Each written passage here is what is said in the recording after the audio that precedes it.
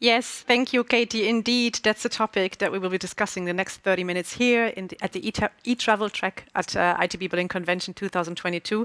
We will look into the trends shaping the space of payments, digital payments in travel and hospitality. And we have three outstanding experts joining me here remotely, and they will offer their views and expertise to understand more about this topic. And we can see them on the screen now. It's a wonderful view.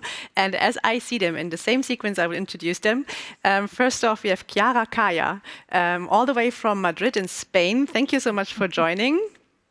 Thanks for the invitation. Yes, Chiara is Vice President Market Development Travel for Enterprise Partnerships at Mastercard. So there are great insights waiting for us, I'd say. And then as well, all the way from Spain, I guess from beautiful Barcelona, is Xavier Ginesta, Chairman at Voxel Group, joining us. Thank you for tuning in, Xavier. Great to have you. Likewise, thank you very much for inviting me. Thank you. And representing PayPal, we have the Managing Director, PayPal, Germany, Austria, and Switzerland, Jörg Kablitz, joining us as well. Jörg, thank you so much. It's good to see you. Thank you for having me.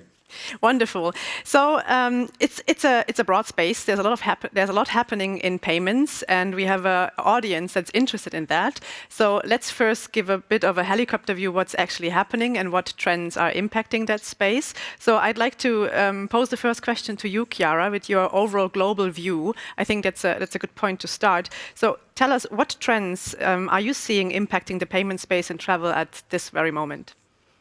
Yeah, many thanks. So I think it's really interesting because I think from the consumer perspective, the pandemic has really changed drastically the consumer behavior in a way that how the people change, they plan, they search, they book, and automatically even take vacation has changed. One of the key aspects is definitely the confidence in the industry. Consumer have experienced and the challenges over the past years, and they postponed, canceled trips, and the situation now is that in some situations they've been less, I would say, cautious when planning now for new travel or international travel. Now we also saw that flexibility. It's key. So consumer continue to, I would say, to experience how volatile the global landscape is, unfortunately, and they ask and they want flexibility when they consider trip to travel abroad. Also, booking behaviors, searching and investigating, for example, is taking now, I would say, longer period. Consumer wants to look in, what are the restrictions and what is happening in the different countries. And what is interesting as well on the consumer side, that we see an increase of support or search for a travel agency. So consumers have the confidence now, they feel more confidence when booking, I would say, via travel agency, because travel agency can provide, most probably also support and an update on different local restriction and processes.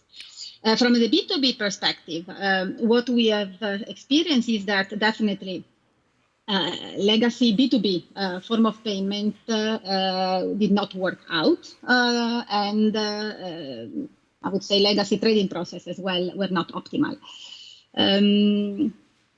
So the industry, I think now on the payment side, want to get together and really focus on how payment is made. And to take a holistic, if you want, view of the strategy. And B2B payment strategy need to allow eventually for a business and can make the difference for a business either to survive or fail. So that's why I think it's very important. So sales, it's key. And I think from the merchant perspective, they should focus really on to grow the business rather than to focus eventually on other part of the payment side. Yeah, right. Yeah, there's very interesting points you're mentioning and raising here. We lost Javier for a second, but I think he's back with us in a moment. So I use the opportunity to hand over to you, Jörg, because at PayPal, I mean, you have both perspectives, right? You're a global player. You're active in many industries, not only travel, of course. There's B2B, B2C, and I think you saw a lot of developments in the past 2 years. So what can you share with us here?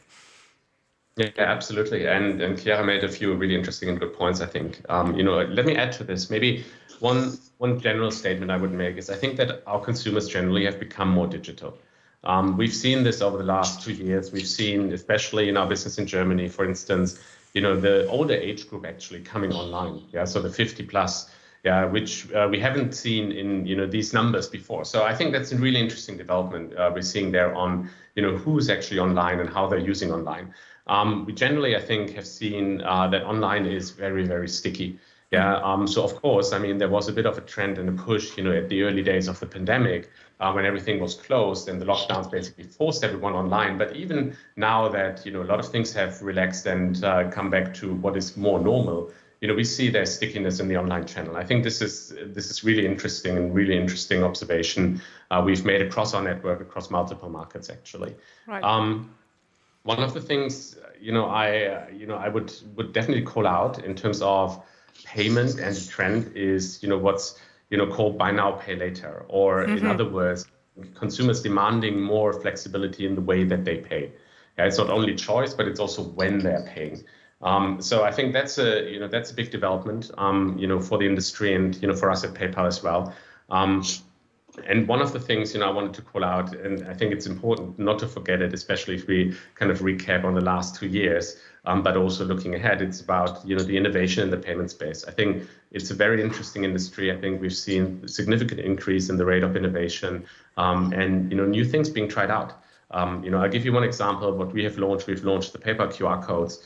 Which is probably not the latest and greatest technology in the sense that people know what a QR code is and know how to use it, but it's a very smart way of connecting to your consumers even in a physical situation, and you can do so much more than simply payment when you have your consumer digitally engaged at a point of sale or in a use case. So I think these were just a few things that we've observed across our network at PayPal.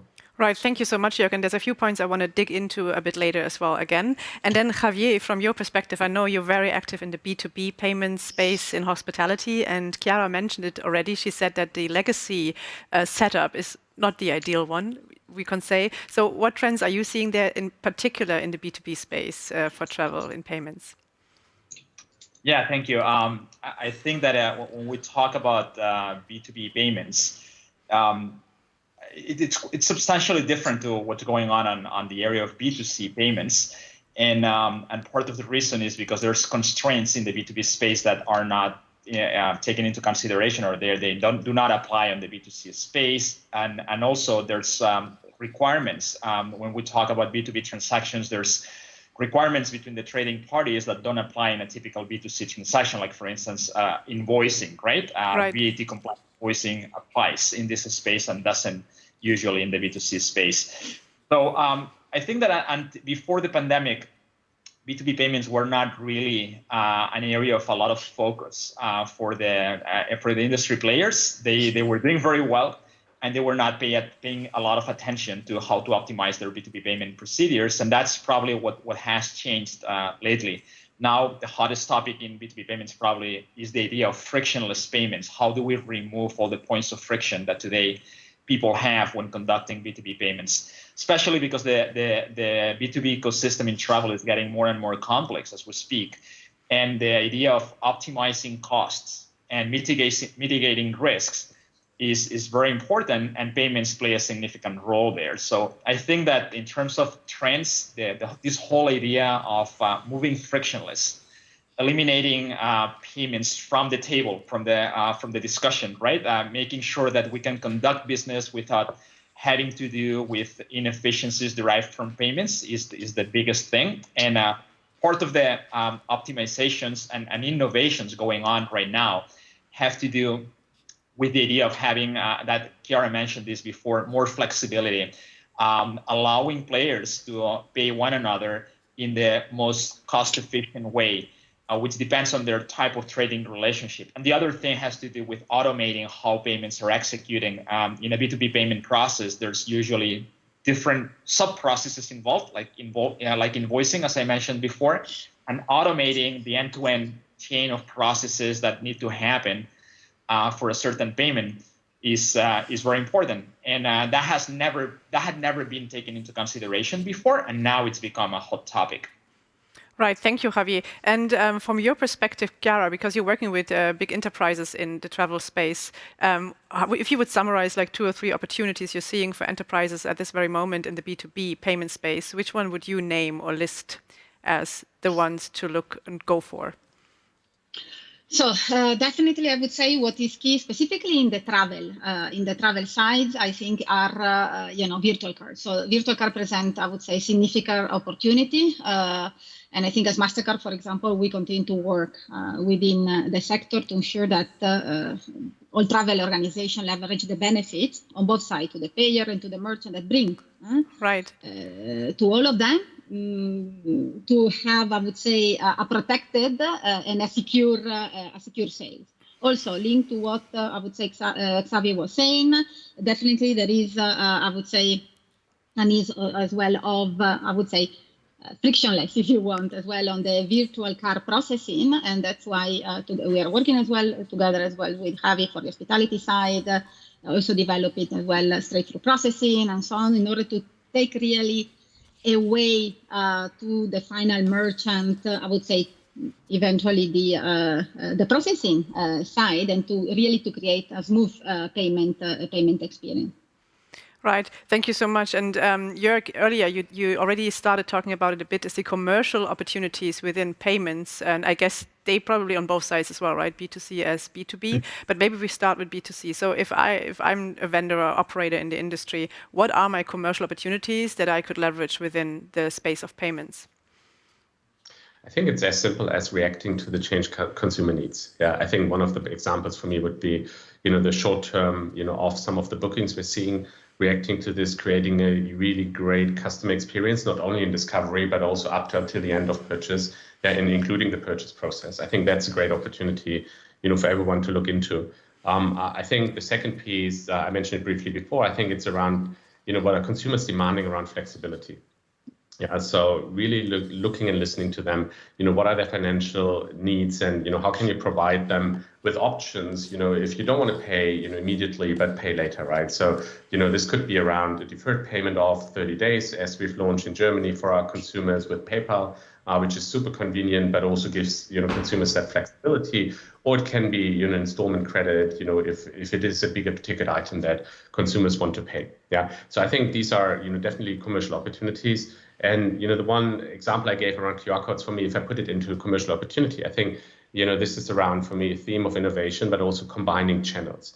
Yeah, so it's not only, online or offline, it's really on and offline. And, I think what we've experienced, not in the travel industry, but to give you an example from what we've seen on our network with e-commerce merchants, is that, for example, click and collect as one of the things that the customers have been really looking for and wanted to use during the pandemic, but also afterwards. I think can be a great opportunity to think about how can I combine these different channels, and do it in a digital and very seamless way for the consumers. Right. And Chiara and Javier, you both pointed out that there's some inefficiencies in the complex B2B payment space. Would you say there's some, besides that, is there also opportunities in terms of commercial opportunities for B2B companies they could leverage and look into, besides just being motivated to offer a seamless experience? Is there maybe in terms of loyalty, or is there something you could share with us? Maybe we start with you, Javier. What's your thoughts on that? Okay, when we're talking about B2B space, loyalty doesn't play the same role as in the B2C space, obviously. Here, I think the real opportunities are in optimizing costs, saving money, and even making more money. Using the right payment strategy can save. Maybe if we're looking at a typical OTA or a typical hotel chain, optimizing your payment or collection processes, B2B payment or collection processes, can either make you earn or save somewhere between 1% to up to 5%. When you take into consideration all the inefficiencies that are associated with processing the payment manually, collecting or not collecting an invoice. Just the other day, we were talking to a client of us that because they were not collecting VAT compliant invoices, their hotels were charging their cards and not supplying a proper VAT compliant invoice, they were not able to recover the VAT. And the VAT in the UK is 20%. Mm-hmm. So when you lose 20% in one single booking, that really impacts significantly your bottom line, right? Right. So I say that the challenges in B2B have to do, especially because of the pandemic right now, with optimizing working capital. That calls for access to credit. Access to credit is something that can be obtained with credit cards, so that credit cards are very useful there. Then you also have the question of risk management. I think credit cards also can help there. But then you have the question of VAT recovery, which calls for being able to make sure you collect an invoice. Then there's the question of how do you optimize your costs of acquisition, and in some cases it could be that VCCs are not the best options, and you have other options that are more flexible and are most convenient in certain relationships. For example, what options could that be, Javier? What options were you pointing at? So that there are alternative forms of payment, which have to do with electronic fund transfers. Instant payments, for instance, are a very hot topic. They allow you to send payments from one end of the world to the other end instantly, as we speak, right away, and at a much lower cost than traditional forms of payment like SWIFT or even a credit card.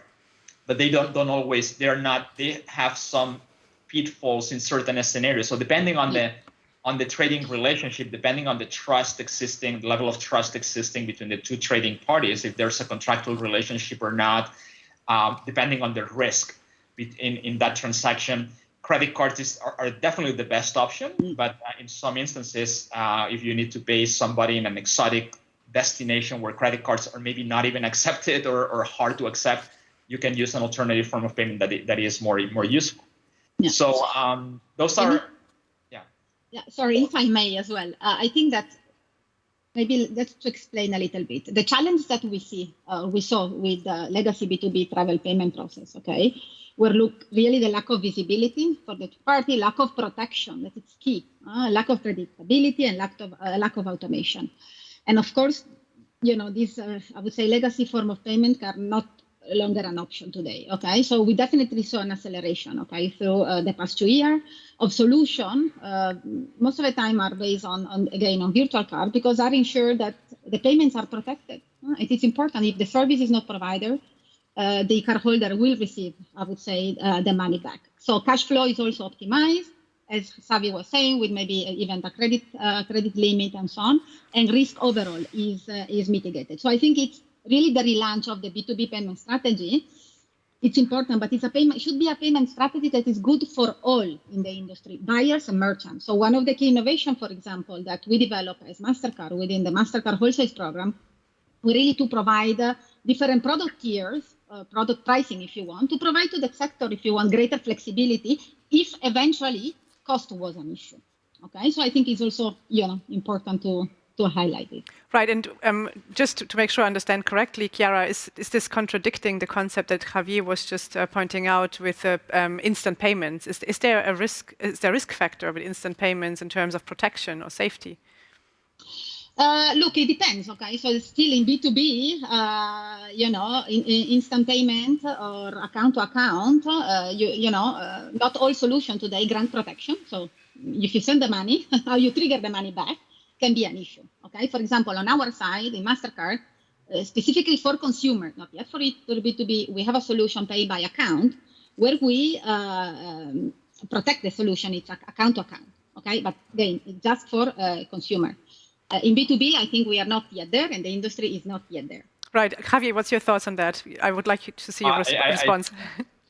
I totally agree with Chiara, and in fact, I try to make the point that risk is a big player in this equation, right?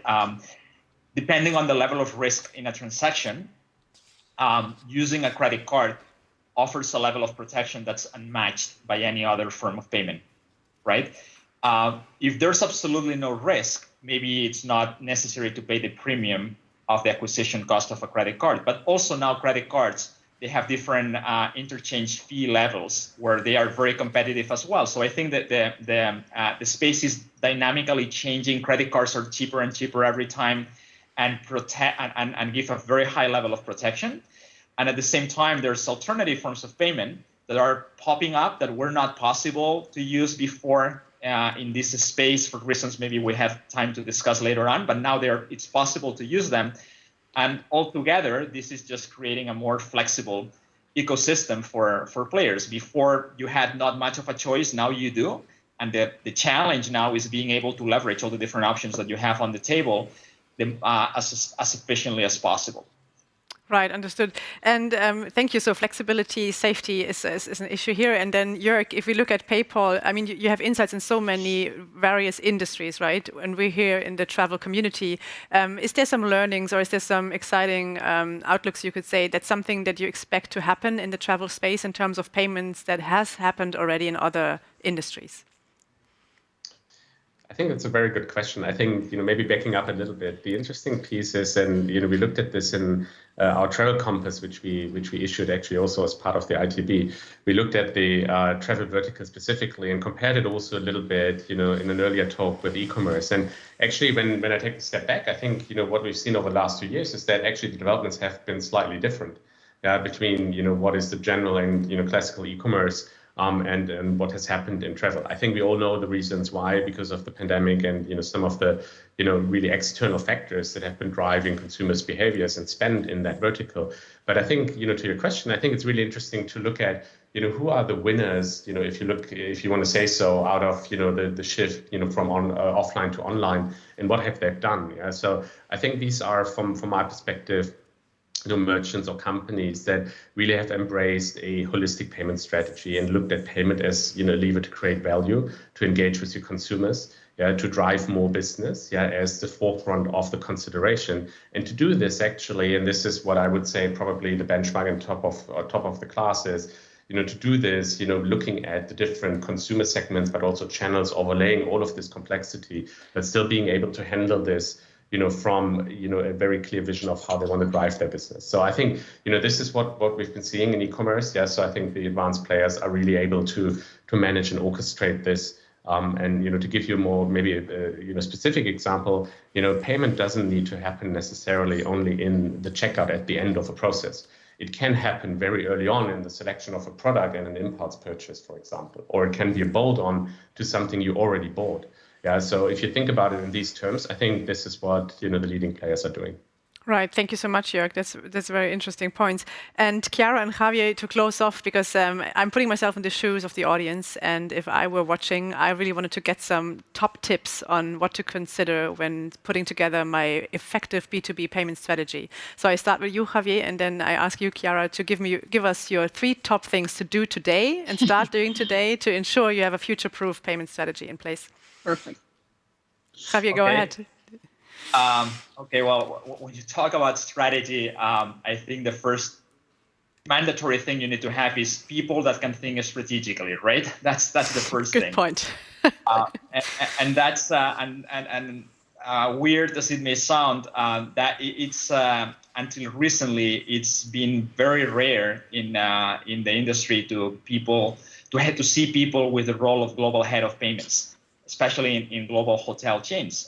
It's not very common to see hotel chains that have in their executive team someone holding this title, this job title, right? And that's where problems begin, because people, until now at least, people were not really taking B2B payments very seriously. That's fortunately changing, and with that change, what we see is that the attention to the topic of generating cost-efficient, not just cost-efficient, but at the end of the day, frictionless strategies, frictionless B2B payment strategies, which is what I was talking about before.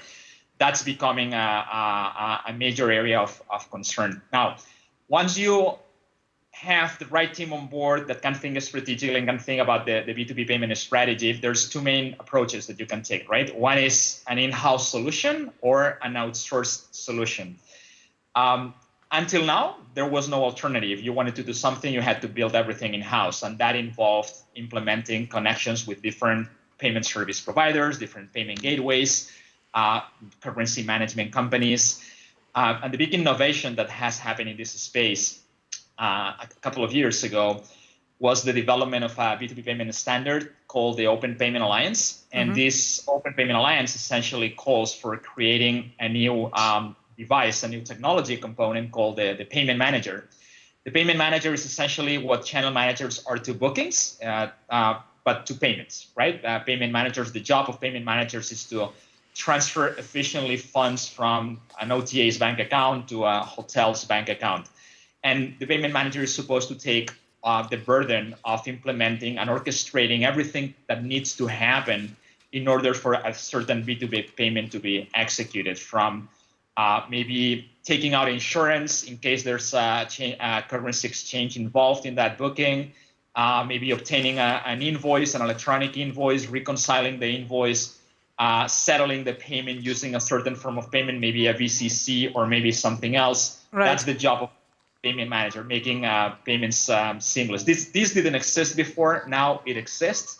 So implementing B2B payment strategies is no longer something that only big firms can do in-house. Now it's you can use payment managers to have full-blown, very sophisticated B2B payment strategies, outsourcing this job to a payment manager. I think that's where the industry is going, except for the very large OTAs. What we're seeing is that there's a very, very, very significant interest in bed banks, tour operators, OTAs, TMCs, DMCs, all different types of travel companies are moving little by little in this direction. Right, thank you, Javier. That's a good point, and I think everyone can look up the Open Payment Alliance to learn more and connect with you afterwards. I want to make sure to use the time. So, Chiara, what would you add? Is there like 2 or 3 points you would add for someone to look out for? Yeah. Yes, definitely. I think what we believe that the real impact is made when we work together. Okay, so I think my takeaway for the audience is that really the positive change required is requesting, I would say, a collaborative action and approach. So definitely for me, it's ecosystem collaboration. The travel industry is only as strong as travel organizations work together. So and organizations are better supported and protected and need to be able to, I would say, run their business and drive sales more efficient, in an efficient way. So definitely, I would say by using a virtual card, I think will provide that experience. And it's also key that consumers are, as was said before by Jörg, will provide that with choice, flexibility, and as well security they need when they book for trip, and ultimately are driving sales to the whole, I would say, ecosystem. Thank you so much, Chiara. And Jörg, remind us again, because you mentioned the study you just conducted on the payment trends. Where can our audience members find this study and results to learn a bit more about this? So it's called the Travel Compass. We've done this to Dr. Fried and partner, and we can definitely share, and we'll find a channel to share the link, where you can download it. But it also has a landing page which you can visit and download it there. So yeah, some interesting insights, from a travel perspective. I would say, and what kind of lies ahead and where the opportunities are as well. Yeah, I'm assured it's not boring and it's not going to stay boring. So it's very exciting, the payment space. And it was a pleasure talking to you. I could continue for hours. I'm amazed the time is over. But thank you, everyone in the audience, for having joined us. And a special thank you to you, Chiara, Quaia from Mastercard, Xavier, Ginesta from Voxel Group, and Jörg Kablis from PayPal. It was a pleasure talking to you. And everyone in the audience, make sure to connect with our 3 experts on LinkedIn, for example. Check out their websites to learn more, because as you see, the topic is complex. There's a lot to learn and to understand, and it's fun as well. So thank you so much for being with us here at ITBBerlin Convention 2022. Thank you. Thank you. Thank you. And I'm handing back to Katie into the studio.